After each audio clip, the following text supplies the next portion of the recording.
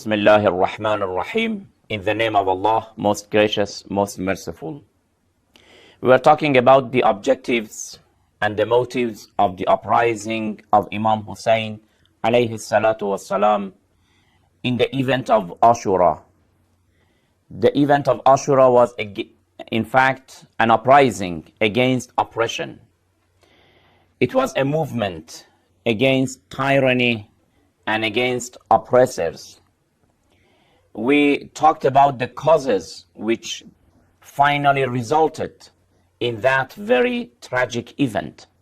Now we want to know that what was and what were the objectives and the aims of Imam Hussain alayhi salam, that he did not pay allegiance and he did not submit to the kingdom of Yazid, son of Muawiyah, and he began a movement, began an uprising, and finally he himself was killed with his companions for the sake of Allah. What were the objectives? To talk about the objective, first we have to pay attention that one of the obligatory commandments of Allah subhanahu wa ta'ala is the issue of al-amru bil-ma'ruf وَالنَّهْيُ عَنِ الْمُنْكَرِ. This is one of the obligatory commandments of Islam. In Islam, we are commanded to offer prayer, to fast, to go for Hajj, and many other obligatory commandments. But we can say one of the most important commandments of Allah is the issue of al-amru bil-ma'ruf وَالنَّهْيُ عَنِ الْمُنْكَرِ. It means enjoining the good and forbidding the evil. This is one of the very important commandments of Allah subhanahu wa ta'ala.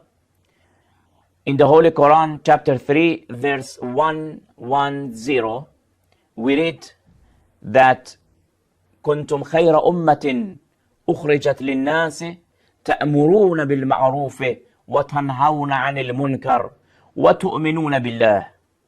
You are the best of people, evolved for mankind, enjoining what is right, forbidding what is wrong, and believing in Allah.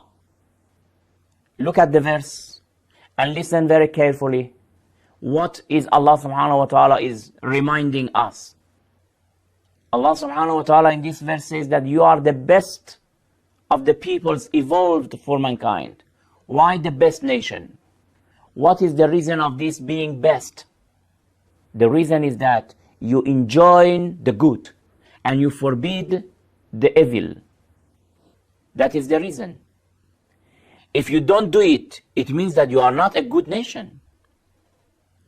And it is very interesting to notice that in the verse, first, one of the criterion for being a good nation is being mentioned is enjoining good and forbidding evil. Then it says, وَتُؤْمِنُونَ بِاللَّهِ. And faith in Allah, believing in Allah, is the second step. In the first grade, in the first step, you have to enjoin the good. Then you believe in Allah. You may say, why? How? Because if there is no al-amru bil-ma'ruf, there is no an-nahyu an al-munkar, it means that there will be no faith in Allah. In a society, in a community, that people say that it is not my business, and they don't enjoin their colleagues and their countrymen towards good actions, and they do not forbid them from doing wrong, then what type of community it will be? There will be no faith in that community. We have a tradition from Imam Ali alayhi salam. He says that قوام الشريعة الأمر بالمعروف وَالنَّهْيُ عَنِ الْمُنْكَرِ. The solidity of Sharia, the strength of the religion is by enjoining good and forbidding the evil. So, al-amru bil-ma'ruf wal-nahyu 'anil munkar is one of the most important commandments of Allah subhanahu wa ta'ala. It needs many programs just to talk about this commandment. Of course, we don't want to talk about it.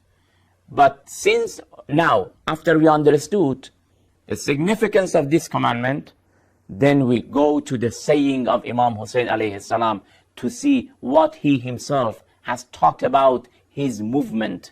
Imam Hussain alayhi salam, in writing a letter to his brother Muhammad Hanafiya, he says, وَإِنَّمَا خَرَجْتُ لِطَلَبِ الْإِصْلَاحِ فِي أُمَّةِ جَدِّي أُرِيدُ أَنْ آمُرَ بِالْمَعْرُوفِ وَأَنْهَى عَنِ الْمُنْكَرِ. O people, O mankind, O people who are coming in the future, know, be aware that if I began a movement, if I stood against Yazid, I stood for reformation, لطلب الإصلاح في أمة جدي. And then أريد أن آمر بالمعروف, أريد أن, I have decided to enjoin the good and forbid the evil. So clearly Imam alayhi salam is declaring and announcing the aim and the objective of his movement. So apart from of his own saying, we cannot attribute some thing that he did not have in his opinion and in his mind. This tradition, you can find it in the book of Al-Futuh, volume 5, or in Bihar al-Anwar, volume 44. In a letter, Imam alayhi salam, writing to the Kufan people, he says that, أَمَا عَلِمْتُمْ, he says that, فَقَدْ عَلِمْتُمْ أن رسول الله صلى الله عليه وآله وسلم قال في حياته. You are aware that Prophet Muhammad said, من رأى سلطانا جائرا, if anybody sees a ruler, a king who is oppressor, and he is forbidding what is lawful and enjoining what is unlawful, he is changing the teachings of Islam, he is مخالفا لسنة رسول الله, he is against the sunnah of Prophet Muhammad, then he does not stand against that oppressor, neither by practice nor by saying, then this man deserves to be sent to the hell. ثم لم يغير بفعل ولا قول كان حقيقا على الله أن يدخله مدخله. This tradition, you can find it in the book of Al-Futuh, volume 5, in the book of Bihar al-Anwar, volume 44, and many other references. So when we refer to the sayings of Imam Hussain alayhi salam, we understand that one of the first aim we mentioned that was the revival of Islam. The second aim is enjoining the good and forbidding the evil. And there are other aims for this uprising that we will talk about it inshallah in next program. Until then, thank you very much. Wassalamu alaikum wa rahmatullahi wa barakatuh.